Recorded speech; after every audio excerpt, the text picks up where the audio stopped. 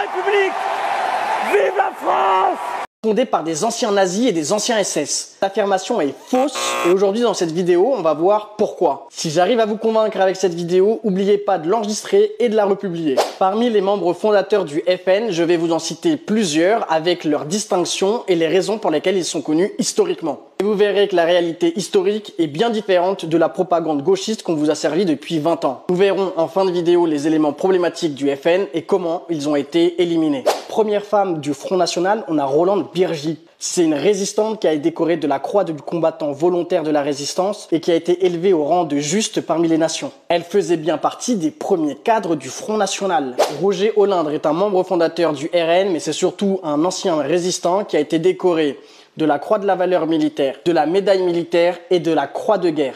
Serge Jeanneret est également un membre fondateur du Front National. Il a été décoré de la croix de guerre 1939 ainsi que de la croix du combattant volontaire de la résistance. Jean-Baptiste Biaggi, potentiellement un lien de parenté avec les streamers, il est surtout connu pour être un officier de la Légion d'honneur, avoir la croix de guerre de 1939 et une médaille de la résistance. Dans les premiers membres fondateurs, il y a également les frères Bloch, dont l'un est connu pour être le président du comité des Français juifs et l'autre est connu pour avoir la reconnaissance de la patrie pour faits exceptionnels en temps de guerre. Malgré le respect que je dois aux autres personnages historiques qui ont été des membres fondateurs du FN, je ne pourrais pas tous les citer, je vous renvoie donc sur le thread de Jonathan VBN sur Twitter. Dans la propagande actuelle, ce qui est reproché au FN, c'est d'avoir Pierre Bousquet et François Brignot parmi les membres fondateurs du Front National. Pourtant, quand on regarde leur évolution au sein du parti, on remarque que Pierre Bousquet ne soutenait pas Jean-Marie Le Pen, mais François Duprat, et qu'il est parti du Front National parce qu'il considérait que Israël avait la main mise sur Jean-Marie Le Pen. C'est pareil pour François Brignot qui quitte le FN 2 ans après sa fondation pour un parti beaucoup plus à droite qui correspondait plus à ses valeurs. L'honnêteté intellectuelle nous oblige à constater que le FN a été fondé en extrême majorité par des résistants et non par des collabos. Et que les rares nazis qui ont mis les pieds en sont partis par eux-mêmes très vite puisque le FN ne correspondait pas à leurs convictions.